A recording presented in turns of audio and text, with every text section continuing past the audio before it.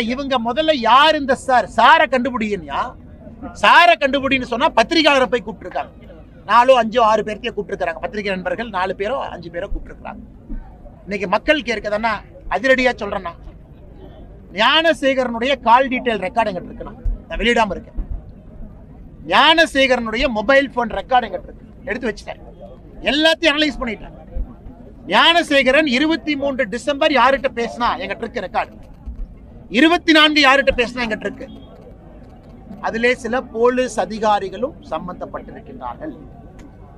இவங்க வேலை எல்லா வேலையும் அண்ணாமலையே செய்ய முடியாதுன்னா நான் மோப்பனாய் கிடையாது. ஒரு வேலையை நான் செய்ய முடியாது. யார் இந்த சாருங்கிறத முதல்ல நீங்க சொல்லுங்க. சிடிஆர் எப்படி எடுத்தீங்க? சட்டத்துக்கு புறம்பாத்தான் எடுத்தங்க ஐயா, உண்மைக்காக எடுத்தேன். எனக்கு சிடிஆர் எடுப்பதற்கு அதிகாரம் இல்லை, என் கையில சிடிஆர் இருக்கு. ஞானசேகரனுடைய கால் டீடைல் ரெக்கார்டு 1 வருஷம் கையில இருக்கு. யார்கிட்ட பேசினா, எத்தனை முறை பேசினா, 23ஆம் தேதி குற்றம் செய்த பிறகு யார்கிட்ட பேசினா, ஏன்னா 25ஆம் தேதி தான் எஃப்ஐஆர் போடுறோம். அதையெல்லாம் நான் ஒரு நாள் வெளியிடத்தான் போறேன். நான் வெளியிடத்தான் போறேன். பொறுமை காட்கின்றேன். நீ அந்த வேலையை செய்யறான்னு நான் பாக்குறேன். எஸ்ஐடி அந்த வேலையை செய்தா, நீங்க அந்த வேலை இந்த மாதிரி நீங்க அப்படியே ஒரு பத்திரிகை நண்பர்களை இழுத்து அவங்க செல்போனை, பத்திரிகை நண்பர்கள்னா நான் எப்படி சிடிஆர் வாங்கணும் அது மாதிரி தான் நீங்களும் எஃப்ஐஆர் வாங்கினீங்க. அப்படித்தான், அது உங்களுடைய தர்மம். என் தர்மம். ஏன்னா ஆளுங்கட்சி நீங்க இல்ல, அதிகாரம் உங்க கையில் இல்ல. ஒரு பத்திரிகை நண்பர்களுக்கு எஃப்ஐஆர் எப்படி கிடைக்கும்? அது லீக் ஆன எஃப்ஐஆர் சுத்தி பத்திரிகை நண்பர்களுக்கு வரும். அப்பதான் பத்திரிகை நண்பர்கள் செய்தி போட முடியும். இன்னைக்கு லீக் ஆன எஃப்ஐஆர் எப்படி பத்திரிகையாளர் செல்போனுக்கு வந்துச்சுன்னா லீக் பண்ணவன் யாரு? இன்னைக்கு கேள்வி லீக் பண்ணவன் யாருங்கிறதா கேள்வி. இல்ல காவல்துறை ரைட்டரை கூப்பிட்டுருக்கிறோம், அந்த ஆய்வாளரை போயிருக்கிறோம். இன்னைக்கு ஒரு டிஎஸ்பி அந்த கேஸ்ல இருந்து நான் கேஸை இன்வெஸ்டிகேட் பண்ணி வெளியே போயிருக்கிறேன். அவரை பிடிங்கன்னா நீ லீக் ஆன என் செல்போன்லயும் தான் லீக் ஆன எஃப்ஐஆர் இருக்கு, என்னையும் கூப்பிடு. அந்த எஃப்ஐஆரை படிச்சுட்டு தான் நான் பேசினேன். எனக்கு அனுப்பிச்சது யாரு? எனக்கும் லீக் ஆகி போனா எனக்கு அனுப்புறாங்க. அதை பார்த்து தான் பொது வாழ்க்கையில் இருக்கக்கூடிய நீங்களோ நானோ அதை பார்த்து தாங்க பேச முடியும். எஃப்ஐஆரை படிக்காம நான் பத்திரிகையாளர் சந்திப்பு நடத்த முடியுமா? அதனால் மறுபடியும் இந்த எஸ்ஐடி அதிகாரிகள் மாநில அரசுக்கு வேண்டுகோள் வைக்கிறேன். இப்படித்தான் நீங்க இன்வெஸ்டிகேட் பண்ணணும்னு நினைச்சீங்கன்னா எனக்கும் சிடிஆரை வெளியிட தெரியும், எனக்கும் வெளியிட தெரியும். தமிழ்நாட்டு மக்களுக்கு 23ஆம் தேதி அந்த குற்ற செயல் செய்த பிறகு அவன் யார்கிட்ட பேசினா சொல்லுவோம். 24ஆம் தேதி யார்கிட்ட பேசினா, எஃப்ஐஆர் ஏன் டிலே ஆச்சு? அதன் பிறகு அவனோடு சம்பந்தப்பட்ட திமுக காரங்க யாரு எனக்கும் சொல்ல தெரியும். ஆனா நீங்க வேலை செஞ்சு யார் அந்த சாரை புடிங்க.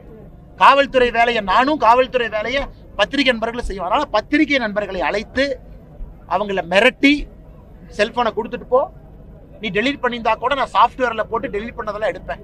ஆனா பத்திரிகையாளர் உள்ள செல்போன்ல லீக்கான எஃப்ஐஆர் இருந்தா உங்க வேலையை நீங்க சரியா செஞ்சிருக்கீங்கன்னு அர்த்தம்.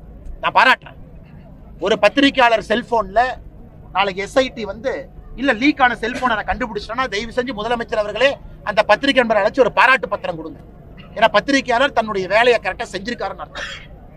பத்திரிகையாளர் செல்போன்ல அது இல்லைன்னா தான் பத்திரிகையாளர் தன் வேலையை சரியாக செய்ய அர்த்தம். எப்படி நான் நியூஸ் கொடுப்பீங்க வெளியே? ஆளுங்கட்சி எல்லாத்தையும் அறக்குறீங்க. நியூஸ் கொடுக்க கூடாது, வெளியே பேசினா கைது பண்ணுவேன், எஃப்ஐஆர் போடுவேன். எஃப்ஐஆர் லீக் பண்ணது ஒரு பத்திரிகையாளர். பிரச்சனை லீக் ஆனது யாருன்னு தான் கேட்கிறோம். அதே லீக் ஆன எஃப்ஐஆர் எனக்கு வந்துச்சு, நான் யாருக்கு அனுப்பல, படிச்சுட்டு பத்திரிகையாளர் சந்திப்பு நடத்தினேன். எப்படியாவது லீக் பண்ணீங்க, ஏன் இவ்வளவு விரசமா எழுதியிருக்கிறீங்க, ஏன் விக்டிம் ஷேமிங் பண்றீங்க, எனக்கு வராம எப்படி சொல்லுவேன்? அதனால இந்த கேஸ் இதெல்லாம் விட்டுட்டு எப்படி உங்களுக்கு வந்துச்சுன்னு கேட்கறது வெக்கக்கேடு. அதனால இந்த விஷயத்துல பத்திரிகையாளர்களோடு முழுமையாக நாங்கள் இருக்கின்றோம். ஏதாவது ஒரு பத்திரிகையாளரை ஹராஸ் பண்ணாங்கன்னா பாரதிய ஜனதா கட்சியினுடைய எங்க அட்வொகேட் உங்களுக்கு ஆஜராவாங்க, கட்சி சார்பு இல்லாம. சுப்ரீம் கோர்ட்டுக்கு நீங்க போனீங்கன்னா அந்த செலவையும் பாரதிய ஜனதா கட்சி நீங்க யாரா வேணாலும் இருங்க, உங்களுக்கு எந்த சித்தாந்தம் வேண்டுமானாலும் இருக்கட்டும், நீங்க ஆளும் கட்சி எதிர்கட்சி, ஆனா பத்திரிகையாளர் என்கின்ற ஒரே வார்த்தைக்காக உங்களுக்கு லீகல் சப்போர்ட்டை நாங்க பண்றோம். எப்படி உங்களை பிடிச்சி உள்ள போடுவாங்கன்னு பாருங்க. அதனால நீங்க அடுத்த கேள்விக்கு, ஆனா சிடிஆர் எப்ப வெளியிடுவீங்கன்னு கேட்பீங்க. வெளியிடத்தான் போறேன். நான் சிடிஆர் செக் பண்றேன், வந்தவங்க சரியா கரெக்டான நம்பரா. அதனால என் கையில சிடிஆர் இருக்கு. ஒருவேளை எஸ்ஐடி அந்த வேலையை செய்யலினா நான் சிடிஆரை வெளியிட வேண்டிய கட்டாயம் எனக்கு நிச்சயமா இருக்கு. நான் செய்யத்தான் போறேன். நானும் பொறுமையா காத்திருக்கேன். அந்த பொண்ணுக்கு நியாயம் கிடைக்குமான்னு பார்த்துட்டு இருக்கேன். அதெல்லாம் விட்டுட்டு கேஸை டைவர்ட் பண்ணி எங்கெங்கேயோ கொண்டு போயிட்டு இருக்கிறாங்க. கேஸ் லாஜிக்கல் எண்டுக்கே போல, சைடில் எங்கேயோ வண்டி ஓடிட்டு இருக்கு.